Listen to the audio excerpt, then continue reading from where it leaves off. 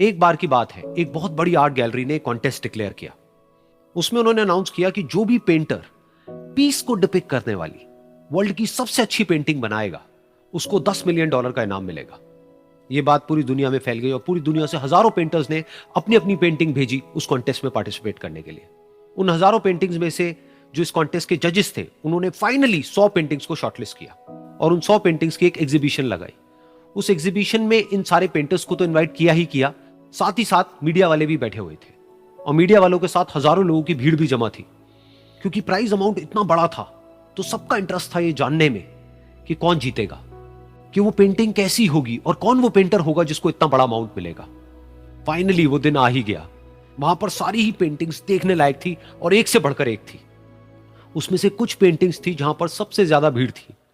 जैसे एक पेंटिंग थी जहां पर एक बिल्कुल साफ पानी की नदी बह रही थी, जिसके पीछे कुछ पहाड़ थे, उसके ऊपर बर्फ जमी हुई थी और पीछे से सनराइज हो रहा था।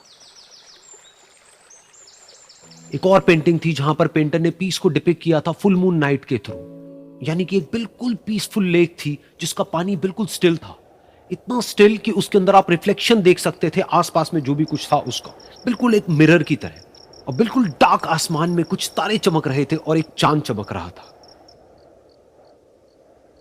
उसके अलावा एक पेंटिंग थी जिसमें बिल्कुल सफेद बादल थे, नीला आसमान था और बिल्कुल हरी हरी घास थी। यानी कि सारी ही पेंटिंग्स ऐसी जिसको देख करके ही मन शांत हो जाए। तो कॉन्टेस्ट बहुत ही टफ था क्योंकि सारी पेंटिंग्स एक से बढ़कर एक थी। तो जजेस के लिए शॉर्टलिस्ट करना कि कौन सी पेंटिंग बेस्ट है, that was very very difficult. लेकिन वो मोमेंट आ ही गया जब जजेस ने अपना माइंड मेकअप कर लिया और एक पेंटिंग को इन सारी पेंटिंग्स में से सिलेक्ट कर लिया और उस पेंटिंग को एक बड़े से कर्टेन के पीछे रख दिया। सामने वो सारे पेंटर्स बैठे हुए थे, मीडिया वाले थे और हजारों लोगों की भीड़ थी। सबकी क्यूरियोसिटी बढ़ती चली जा रही थी क्योंकि अमाउंट बहुत बड़ा था। लेकिन जैसे ही वो पर्दा हटा और सामने से सबने उस पेंटिंग को देखा तो सब हैरान रह गए। सब एक दूसरे की शक्ल देखने लगे।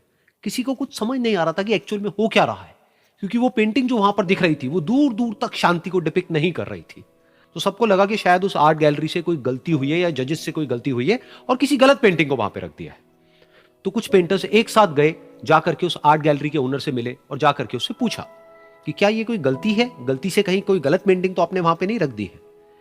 तो आर्ट गैलरी वाला थोड़ा सा मुस्कुराया और बोला, नहीं ये पेंटिंग बिल्कुल ठीक है। मुझे कुछ बोलने से पहले एक बार इस पेंटिंग को आप लोग ध्यान से देखिए, थोड़ा पास से देखिए, शायद आपको कुछ ऐसा नजर आए जो दूर से नजर नहीं आ रहा है।